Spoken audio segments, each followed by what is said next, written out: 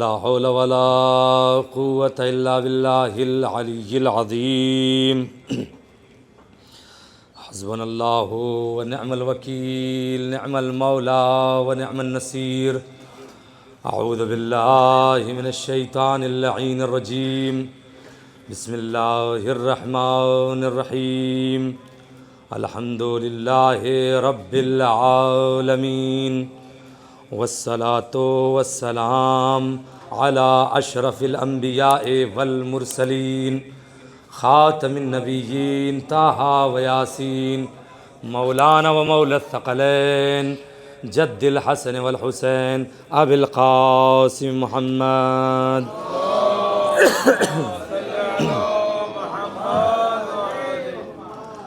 وعلى آله الطيبين الطاهرين المعصومين المنتجبين المنتخبين، لا سيما على بقية الله الأعظم إمام الإنس والجان وخليفة الرحمن حجة ابن الحسن الهادي المهدي. اللهم صل على محمد وعلى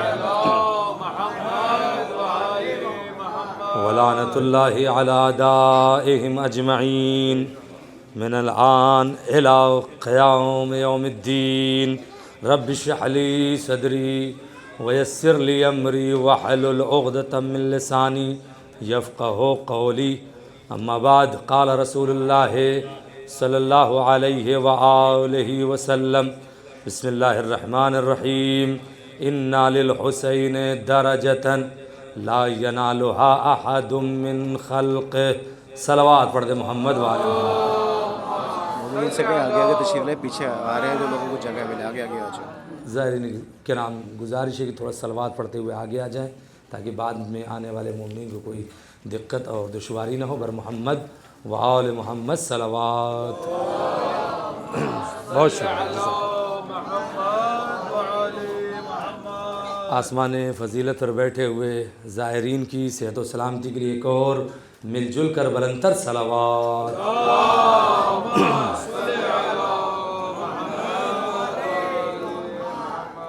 عزیزان گرامی قدر اور محترم زائرین کرام، کتاب اعمالیہ شیخ صدوق علیہ الرحمہ میں ایک روایت تفصیل کے ساتھ موجود ہے. اس کا ایک ٹکڑا میں نے آپ کی خدمت میں پیش کیا. پیغمبر اکرم حضرت محمد مصطفیٰ صلی اللہ علیہ وآلہ وسلم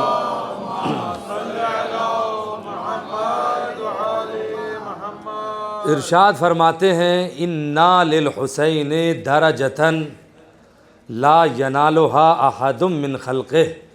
کہ بے شک اللہ نے میرے حسین کو ایک ایسا درجہ عطا کیا ہے، ایک ایسی منزلت اور ایک ایسا مقام عطا فرمایا ہے کہ مخلوقات خدا میں سے کوئی بھی اس درجے تک پہنچ ہی نہیں سکتا.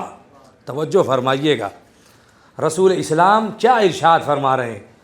اس حدیث کے ذریعے سے امام حسین علیہ السلام کا اللہ کی نگاہ میں جو مقام ظاہر ہوتا ہے کہ اللہ کی نگاہ میں امام حسین علیہ السلام کا جو مقام ہے، جو مرتبہ ہے، جو رتبہ ہے، جو فضیلت ہے، وہ کسی اور کے لیے نہیں ہے.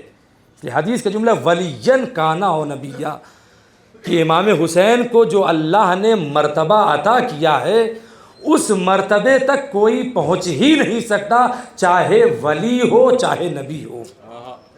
اور یہی وجہ ہے کہ جب چھٹے امام سے سوال کیا گیا کہ مولا یہ جو امام حسین علیہ السلام کے لیے حدیث ہے، رسول اسلام نے ارشاد فرمایا: ان الحسین مصباح الہدی و سفینۃ النجات، کہ بے شک حسین ہدایت کے چراغ ہیں اور نجات کی کشتی ہیں. تو مولا کیا آپ ہدایت کے چراغ نہیں ہیں؟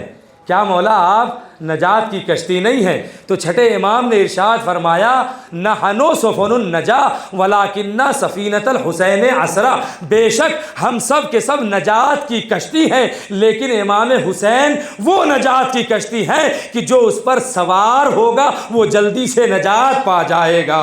اس کے بعد چھٹے امام نے فرمایا، صادق آل محمد نے فرمایا، کیا فرمایا؟ نحنو ابواب الجنہ، ہم سب کے سب جنت کے دروازے ہیں، ولیکننا باب الحسین اوسع، لیکن امام حسین جنت کا وہ دروازہ ہے کہ جو سب سے وسیع ہوگا دروازہ، جس سے سب سے زیادہ لوگ جنت میں داخل ہو رہے ہوں گے۔ صلوات پڑھ دے محمد وآل محمد۔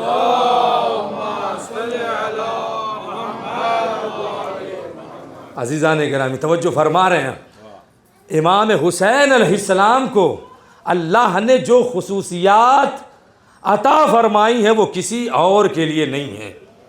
اسی وجہ سے چھٹے امام علیہ السلام نے ایک حدیث میں ارشاد فرمایا کہ اللہ نے امام حسین کو 4 خصوصیات عطا فرمائی ہیں۔ توجہ چاہتا ہوں یہاں سے۔ پہلی خصوصیت چھٹے امام نے فرمائی کہ جعل اللہ الشفاء فی تربتہ، کہ اللہ نے ان کی قبر کی مٹی میں شفا رکھی ہے۔ عزیزان گرامی، دنیا کی کسی بھی جگہ کی کوئی خاک ہو، کوئی مٹی ہو، چاہے وہ کتنا ہی مقدس مقام ہو، لیکن اس جگہ کی مٹی اور خاک کو کھانا حرام ہے، لیکن امام حسین علیہ السلام کے قبر کی مٹی بطور شفا کھانا یہ جائز ہے۔ اور روایتوں میں وارد ہوا ہے کہ مستحب ہے کہ جب بچہ پیدا ہو، بچے کی ولادت ہو، تو اس کی پہلی غذا خاک کربلا ہونی چاہیے، یہ مستحب قرار دیا گیا ہے۔ عزیزان اکرام، اس کے بعد چھٹے امام نے فرمایا کہ دوسری خصوصیت یہ ہے امام حسین علیہ السلام کی کہ جو بھی ان کی قبر کے پاس ان کے قبے کے نیچے دعا مانگتا ہے وہ دعا مستجاب ہوتی ہے۔ اللہ اس دعا کو رد نہیں کرتا جو امام حسین کے قبے کے نیچے مانگی جائے۔ اور تیسری خصوصیت امام نے ارشاد فرمائی کہ اللہ نے امام حسین علیہ السلام کی نسل میں، ذریت میں امامت کو رکھا ہے، اور انہی کی نسل میں امام مہدی کو قرار دیا ہے۔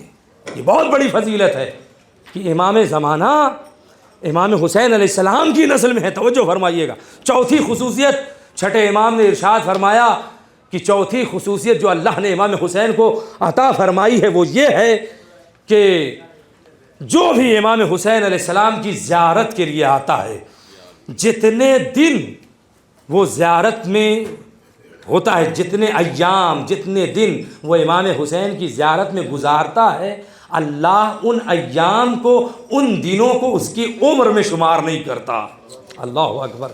یعنی جتنے دن بھی امام حسین کی زیارت کے سفر میں انسان دنوں کو گزارتا ہے، وہ دن انسان کی ظاہر کی عمر میں شمار نہیں ہوتے۔ چھٹے امام نے یہ اللہ نے امام حسین السلام کو خصوصیات عطا فرمائی ہیں۔ صلوات پڑھ دے محمد وآل محمد۔ عزیزان گرامی، ہم خوش نصیب ہیں کہ ہم سفینہ نجات اور مصباح ہدایت کے جوار میں بیٹھے ہوئے ہیں۔ اللہ نے کیا شرف بخشا ہے، روز جا رہے ہیں امام حسین السلام کی قبر کے پاس، ان کے قبے کے نیچے دعا کر رہے ہیں، قبر امام حسین کی زیارت کر رہے ہیں۔ آپ کی خدمت میں ایک عجیب روایت پیش کروں۔ 11ویں امام کا زمانہ امامت ہے۔ 11ویں امام اس وقت حجت خدا تھے، تھوڑا سا طبیعت ناساز ہوئی، 11ویں امام علیل ہوئے، صحابہ موجود تھے، کہا صحابہ سے کہ دیکھو کیا کوئی شخص کربلا جانے والا ہے، پتہ کرو، اگر کوئی شخص کربلا جانے والا ہو تو اس سے کہنا کہ جب وہ کربلا جائے تو قبر امام حسین کے پاس ان کے قبے کے نیچے میری شفا یابی کے لیے دعا کرے۔ اللہ اکبر۔ کون امام کہہ رہا ہے؟ 11ویں امام ارشاد فرما رہے ہیں کہ دیکھو اگر کوئی کربلا جانے والا ہو، آپ لوگوں سے بھی ہندوستان سے چلتے وقت کتنے لوگوں نے دعاؤں کی گزارش کی، سب کو یقین ہے کہ ان کے روضے پہ جو دعا مانگی جاتی ہے وہ دعا حتماً قبول ہوتی ہے۔ 11ویں امام نے فرمایا، ایک صحابی نکلا ڈھونڈتا ہوا، اسے پتہ چلا کہ ایک شخص کربلا جانے والا ہے۔ اب اس کے پاس وہ صحابی آیا اور کہا کہ امام نے ایسے ایسے پیغام دیا ہے کہ اگر کربلا جا رہے ہو تو قبر امام حسین کے پاس جب جانا تو ان کی شفا یابی کے لیے، صحت یابی کے لیے دعا کرنا۔ اب جیسے اس نے جملہ سنا تو اس نے پلٹ کر ایک سوال کیا اور کہا کہ اچھا یہ بتاؤ کہ 11ویں امام جو حجت خدا ہے وہ افضل ہے یا قبر امام حسین جو مٹی کی ہے وہ افضل ہے؟ توجہ فرمائیے گا، اس نے سوال کیا۔ اس کے کہنے کا مقصد یہ تھا کہ چونکہ امام حجت خدا ہے، اللہ کی حجت ہے زمین پر، اگر وہ خود دعا کریں گے تو کیا اللہ ان کی دعا کو قبول نہیں کرے گا؟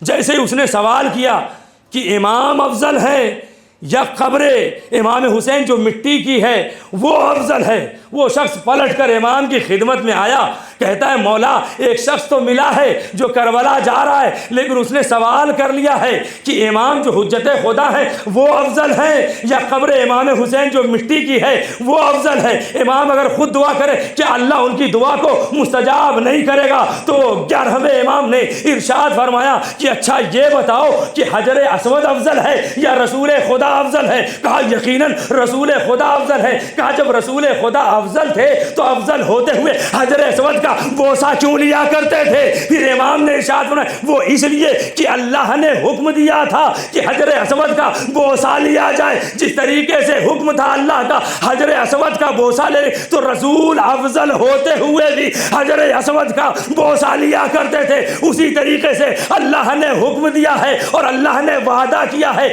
کہ اگر کوئی قبر امام حسین کے پاس ان کے قبے کے نیچے دعا مانگے تو اس کی دعا رد نہیں ہوگی۔ صلوات پڑھے محمد و آل محمد پر۔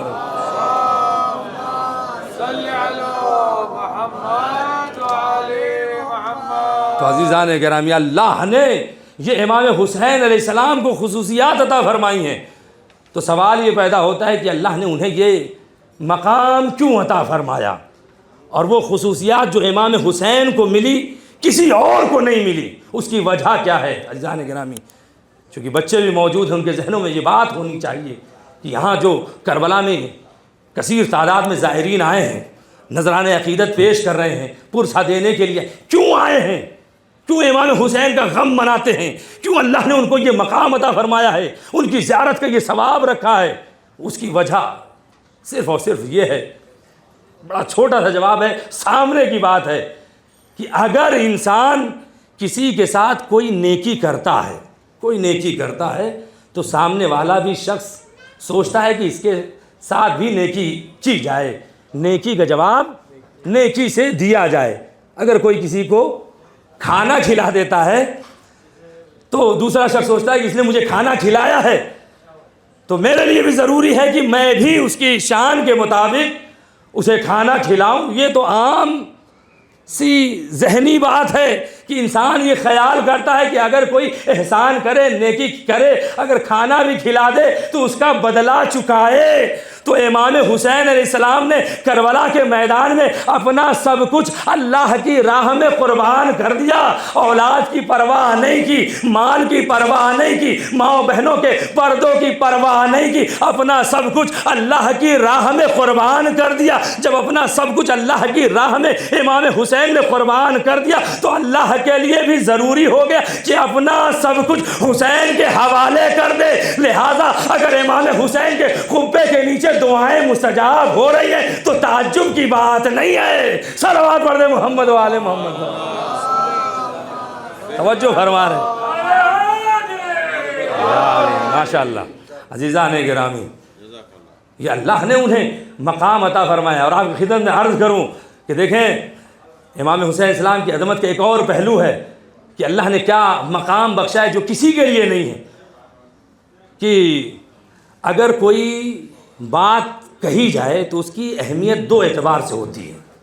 ایک کہنے والا جیسا ہوتا ہے اس بات کی اہمیت بھی ویسے ہی ہوتی ہے، اور وہ بات کس مقام سے کہی جا رہی ہے، جتنا بلند مقام ہوگا اس بات کی اہمیت بھی اتنی ہی زیادہ ہوگی۔ میں ایک ادنا سا طالب علم ہوں، کوئی ایک بات کہوں اس کی اہمیت ویلو کچھ اور ہے، لیکن کوئی ایک عالم دین کہے، کوئی مجتہد کہے یا امام کہے تو اس بات کی اہمیت الگ ہوتی ہے. ویسے ایک بات کسی گاؤں میں کہی جائے، ایک شہر میں کہی جائے تو دونوں کی اہمیت میں فرق ہوتا ہے. وہی بات جو ہے کعبے سے کہی جائے اس کی ویلو کچھ اور ہوتی ہے، کربلا سے کہی جائے اس بات کی اہمیت اور فضیلت اور ہوتی ہے. اب آپ دیکھیے امام حسین کا مقام دیکھیے کہ جب پیغمبر اکرم کو معراج ہوئی، پیغمبر اسلام ایک آسمان سے دوسرے آسمان، دوسرے آسمان سے تیسرے آسمان، چوتھے آسمان کو بھی عبور کیا، یہاں تک کہ ساتوں آسمان پار کر کے عرش اعظم کی بلندی پر پہنچے اور قاب قوسین اور ادنیٰ کی منزلوں پر طے کرتے ہوئے اس مقام پر پہنچے کہ جہاں رسول سے پہلے کوئی بھی نہیں پہنچا. اس جگہ رسول پہنچے کہ اگر جبریل بھی اس جگہ آتے تو ان کے بالوں پر جل جاتے. اس مقام پر رسول پہنچے کہ جو سب سے بلند مقام ہے، اس سے بلند کوئی مقام نہیں ہے. عرش اعظم پر بھی سب سے جو بلند مقام تھا قاب قوسین اور ادنیٰ کی منزل تھی، جہاں اللہ اور محمد کے درمیان صرف 2 کمانوں کا فاصلہ رہ گیا تھا. اس مقام پر پہنچے ہیں اور کون پہنچے ہیں کہ جو سید الانبیاء ہیں، جو سب سے افضل مخلوق ہیں، جو سردار انبیاء ہیں، جن سے بلند مرتبے والا کوئی انسان نہیں ہے، جن سے افضل کوئی مخلوق نہیں ہے. کہاں پر ہے؟ عرش اعظم پر ہے، جو سب سے بلند جگہ ہے. اور اس بلندی پر کون ہے؟ سب سے بلندیوں والا رسول موجود ہے. اور آپ کی خدمت میں عرض کروں کہ انسان کے جسم میں سب سے بلندی کا حصہ جس چیز کو حاصل ہے وہ انسان کا سر ہوتا ہے. کہ پورے بدن میں جس چیز کو سب سے زیادہ بلندی حاصل ہے وہ انسان کا سر ہے. اور انسان کے سر میں جس چیز کو سب سے زیادہ بلندی حاصل ہے وہ انسان کی آنکھیں ہوتی ہیں. اب رسول اکرم کہاں ہے؟ شب معراج عرش اعظم پر ہے. اس سے بلند کوئی جگہ نہیں ہے اور رسول سے افضل کوئی نہیں ہے. اور ان کی آنکھیں جو ہے اوپر کی جانب متوجہ ہیں. وہاں عرش اعظم کے دروازے کے اوپری حصے پر لکھا ہوا تھا ان الحسین مصباح الہدی و سفینۃ النجات، کہ بے شک حسین ہدایت کے چراغ ہے اور نجات کی کشتی ہے. صلوات پڑھ دے محمد و آل محمد پر. بھائی توجہ فرمائیے. اس بلندی پر نام حسین لکھا ہوا ہے کہ جہاں کسی اور کا نام لکھا ہوا نظر نہیں آتا. یہ اللہ نے امام حسین کو مقام عطا فرمایا ہے. عزیزان گرامی، ہم کربلا معلیٰ میں موجود ہیں. یہ ہماری خوش نصیبی ہے. جتنا خدا کا شکر ادا کیا جائے کم ہے کہ اللہ نے ہمیں یہ شرف بخشا کہ مظلوم کربلا کی زیارت کے لیے آئے. عزیزان گرامی، اور یہ جو میں نے روایت آپ کی خدمت میں عرض کی، اس سے معلوم ہوتا ہے کہ امام حسین صرف زمین والوں کے لیے ہدایت کے چراغ نہیں ہیں، صرف زمین والوں کے لیے نجات کی کشتی نہیں ہے، بلکہ آسمان والوں کے لیے بھی ہدایت کے چراغ ہیں اور نجات کی کشتی ہیں. اگر امام آسمان والوں کے لیے ہدایت کا چراغ نہیں ہوتے تو آسمان سے ملائکہ امام حسین کی زیارت کے لیے نہیں آتے. توجہ فرمائیے گا کہ آسمان سے ملائکہ، ہم تو خاکی انسان ہیں عزیزان گرامی، ہم آئے ہیں امام حسین کی زیارت کے لیے، لیکن امام حسین کو اللہ نے مقام عطا فرمایا کہ ان کی زیارت کے لیے انبیاء آتے ہیں، ان کی زیارت کرنے کے لیے فرشتے آتے ہیں اور روزانہ آتے ہیں. روایت میں ملتا ہے کہ ایک گروہ جاتا ہے اور ایک گروہ امام کی زیارت کے لیے آتا ہے. امام حسین کی شہادت کے پاس بعد سے یہ سلسلہ جاری ہے، اور جس فرشتے کو ایک مرتبہ زیارت کا موقع مل جاتا ہے تو اس کی نوبت قیامت تک نہیں آ سکتی. اور شیخ عباس قمی مفاتیح الجنان میں لکھتے ہیں کہ جب شب جمعہ آتی ہے تو ایک الگ سے 70,000 ملائکہ کا گروہ آتا ہے جو خاص کربلا میں آتا ہے اور امام حسین اسلام کی ذریح کا طواف کرتا ہے، زیارت کر پھر چلا جاتا ہے. عزیزان گرامی، روز فرشتے آ رہے ہیں ان کی زیارت کے لیے. ہم تو خاکی انسان ہیں، ان کی زیارت کو تو فرشتے آتے ہیں. عزیزان گرامی، جب یہ فرشتے زیارت کے لیے آسمان سے زمین کی جانب آتے ہیں تو جنت کی حوریں ان سے کچھ فرمائش کرتی ہیں اور کہتی ہیں کہ جب زمین پر جانا تو ہمارے لیے کوئی ہدیہ لے کر آنا. توجہ فرمائیے گا. دیکھیں انسان کا مزاج بھی ہے، جب انسان سفر پہ جاتا ہے تو لوگ اس سے فرمائش کرتے ہیں کہ بھائی فلاں چیز ہمارے لیے لے کر آنا، اور اگر فرمائش نہ بھی کریں تو انسان سوچتا ہے کہ جب میں جا رہا ہوں سفر سے تو کوئی نہ کوئی چیز اپنے عزیز و اقارب کے لیے لے کر جاؤں، اور انسان یہی کوشش کرتا ہے کہ ایسی چیز لے کر جائے کہ جو وہاں پر نہ ملتی ہو، یا ملتی ہو تو وہ چیز کمیاب ہو، بہت کم ملتی ہو، نادر ہو، نایاب ہو، ایسی چیز انسان نہیں لے جاتا کہ جو وہاں پر بہت کثرت کے ساتھ ملتی ہو۔ اب عزیزان گرامی یہ بتائیے کہ جنت میں کون سی ایسی چیز ہے کہ جو نہیں ملتی؟ جنت تو اسی کو کہتے ہیں جہاں ہر چیز موجود ہوتی ہے، انسان خواہش کرے وہ چیز سامنے آ جائے، جنت کی تعریف یہی ہے۔ تو جنت میں تو ہر چیز موجود ہے۔ اب حوران جنت فرشتوں سے کیا مانگتی ہیں اور ان سے کیا فرمائش کرتی ہیں؟ تو حوران جنت جب فرشتے آسمان سے زمین کی طرف آتے ہیں تو ان سے کہتی ہیں کہ ہمارے لیے ہدیہ لے کر آنا، ہمارے لیے ایک تحفہ لے کر آنا۔ وہ تحفہ کیا ہے عزیزان گرامی جانتے ہیں آپ؟ حوران جنت فرشتوں سے کہتی ہیں کہ جب تم زمین پر جانا اور قبر امام حسین کی زیارت کرنا، ان کی قبر کی تھوڑی سی خاک ہمارے لیے لے کر آنا، یہ ہمارے لیے تحفہ ہوگا، یہ ہمارے لیے ہدیہ ہوگا۔ عزیزان گرامی دنیا کا ہر مسلمان جس چیز کی خواہش کرتا ہے اسے جنت کہتے ہیں، اور جنت والے جس کی خواہش کرتے ہیں اسے حسین کی تربت کہتے ہیں۔ صلوات پڑھیں محمد و آل محمد پر۔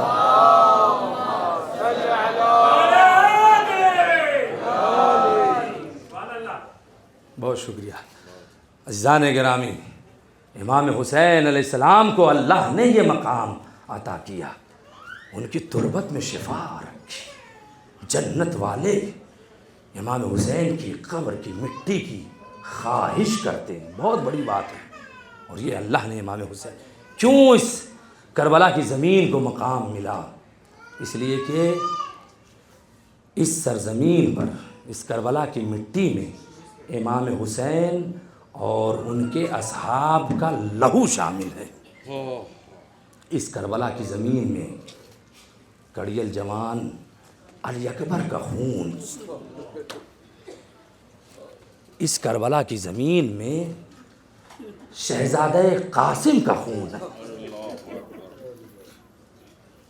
کربلا کے شہیدوں کا خون اس مٹی میں ہے، لہٰذا اللہ نے اس کربلا کی سرزمین کو مقام عطا فرمایا۔ زائرین کرام، آج 7 محرم ہے، اور آج مجھے جناب قاسم کے مسائل پڑھنے ہیں، حسن کی بیوہ کے بچے کے مسائل پڑھنے ہیں، ام فروہ کے لال کے مسائل پڑھنے ہیں۔ روایت میں ملتا ہے کہ جب یزید نے شام میں جناب قاسم کے قاتل سے پوچھا کہ بتا تو نے جس شہزادے کو قتل کیا تو تجھے کیسا محسوس ہوا؟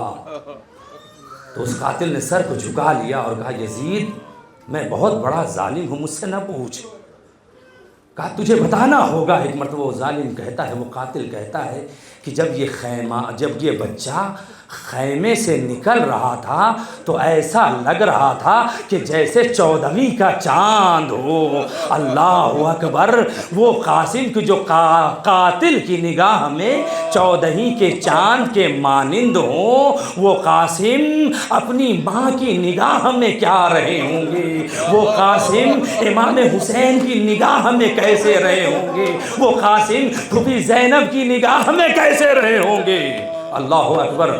زائرین کرام، تاریخوں میں ملتا ہے جب بھی قاسم کا نام آتا ہے تو ساتھ میں شہزادہ لکھا ہوا ہوتا ہے، شہزادہ قاسم۔ لوگ کہتے ہیں نا کہ 7 محرم کو شہزادہ قاسم کے مسائل پڑھے جاتے ہیں۔ جناب قاسم کو شہزادہ کیوں کہا جاتا ہے؟ اس کی وجہ کیا ہے؟ جب میں نے تاریخ پڑھی ہر جگہ دیکھا وہاں جو ہے جناب قاسم کے ساتھ شہزادے کا لفظ لکھا ہوا ہے۔ میں نے ایک روایت پڑھی تو مجھے سمجھ میں آیا کہ کیوں جناب قاسم کو شہزادہ کہا جاتا ہے۔ اس کی وجہ یہ ہے کہ لکھا ہے کہ کربلا کا یہ ایسا نازک ترین شہزادہ تھا کہ 13 برس گزر گئے تھے جب یہ کھانا کھاتے تھے تو اپنے ہاتھ سے نہیں کھاتے تھے، ماں لقمہ بنا کر قاسم کو کھلایا کرتی تھی۔ اللہ اکبر! کتنے نازوں کے پلے تھے جناب قاسم، لیکن جب شب عاشور آئی ہے جناب ام فروا کو نیند نہیں آتی، مصلی عبادت پر بیٹھ کر دعا کر رہی ہیں، خدایا میرے بچے کی قربانی قبول ہوگی یا قبول نہیں ہوگی، دعائیں کر رہی تھی۔ ایک مرتبہ قاسم کو بلایا، بیٹا قاسم جاؤ اپنے چچا جان سے پوچھ کر آؤ کہ تمہارا نام شہداء کی فہرست میں ہے یا نہیں ہے۔ جناب ام فروا کتنی بے چین تھی، روایت نے لکھا، مقتل نے لکھا، جناب قاسم رات کی تاریکی میں اپنے خیمے سے نکلے اور امام حسین کے خیمے میں آئے۔ امام حسین مصلی عبادت پر بیٹھے ہوئے خدا سے راز و نیاز کر رہے تھے۔ جناب قاسم ایک طرف آ کر آہستہ سے بیٹھ گئے۔ امام حسین نے دیکھا، ایک مرتبہ قاسم کے چہرے کو دیکھا، بھائی حسن کی تصویر نگاہوں میں آ گئی۔ امام حسین رونے لگے۔ ایک مرتبہ قاسم کو قریب بلایا، روایت کا جملہ ہے، پیشانی کا بوسہ لیا، سینے کو چوما، کہا بیٹا رات کی تاریکی میں یہاں کیوں آئے ہو؟ اے بیٹا تمہیں تو ماں کے پاس خیمے میں ہونا چاہیے تھا۔ شاید حسین کہہ رہے تھے بیٹا رات کی تاریکی میں بچے خیموں سے باہر نہیں آتے۔ میں کہوں گا آقا حسین آج تو آپ موجود ہیں، مائیں موجود ہیں، اتنا خیال، ارے شام غریبہ جب آئے گی، ارے کوئی بچہ ادھر ہوگا، کوئی ادھر ہوگا، کوئی ان کا پرسان حال نہ ہوگا۔ جزاکم ربکم خیر الجزا۔ امام حسین ایک مرتبہ جناب قاسم سے پوچھتے ہیں بیٹا قاسم کیوں آئے ہو؟ جناب قاسم نے کہا چچا جان اماں نے بھیجا ہے اور کہا ہے کہ میں آپ سے پوچھوں کہ شہداء کی فہرست میں میرا نام ہے یا نہیں ہے۔ ایک جوان 13 سال کا بچہ اپنی موت کے بارے میں پوچھ رہا ہے کہ کل میری شہادت ہوگی یا نہیں ہوگی۔ ایک مرتبہ امام حسین نے کہا بیٹا تمہارا تو کیا نام، علی اصغر جو تمہارا چھوٹا بھائی ہے اس کا نام بھی شہداء کی فہرست میں ہے۔ میں نے تاریخ میں لکھا جناب قاسم نے جیسے یہ جملہ سنا بیٹھے ہوئے تھے فوراً اٹھ کھڑے ہو گئے، کہتے چچا جان ارے میرا بھائی علی اصغر تو گھٹنیوں بھی نہیں چل سکتا، کیا فوج اشقیاء خیموں میں داخل ہو جائیں گی؟ جزاکم ربکم خیر الجزا۔ اب حسین کیسے سمجھاتے؟ ہاں ارباب ہزار عاشور کا وہ قیامت کا دن آیا، ایک ایک کر کے تمام اصحاب و انصار شہید ہونے لگے۔ اولاد جعفر شہید ہو گئی، اولاد عقیل بھی ماری گئی۔ روایت میں لکھا مقتل کا جملہ ہے فخرجا من الخیمۃ غلاما اسمہ قاسم کانہ خبر، کہ خیمے سے ایک خوبصورت جوان نکلا، اس کا نام قاسم تھا اور وہ کیسا دکھتا تھا؟ روایت کانہ قمر، وہ چاند کی طرح چمک رہا تھا۔ ایک مرتبہ قاسم امام حسین کے قریب آئے، جیسے قاسم کو دیکھا میدان کارزار کی اجازت قاسم نے طلب کی۔ امام حسین رونے لگے اور کہا بیٹا خیمے میں دوبارہ جاؤ، میں تمہیں کیسے مرنے کی اجازت دوں؟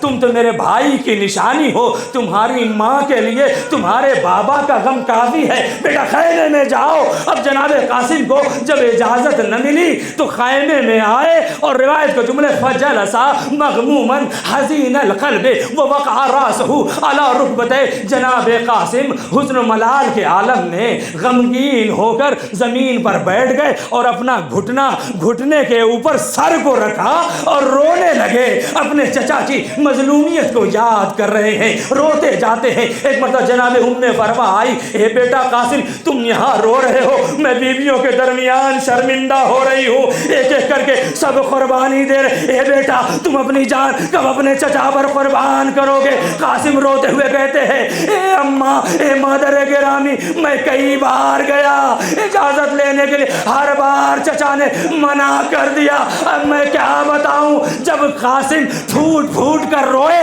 تو یہ رونا دے کر ام فروا بھی بلند آواز میں رونے لگی، گریا کرنے لگی، رو رہی تھی۔ روتے روتے خیال آیا کہ امام حسن نے وقت شہادت ایک تعویذ باندھا تھا اور کہا تھا جب کوئی مصیبت کا وقت آئے تو اسے کھول کر پڑھ لینا۔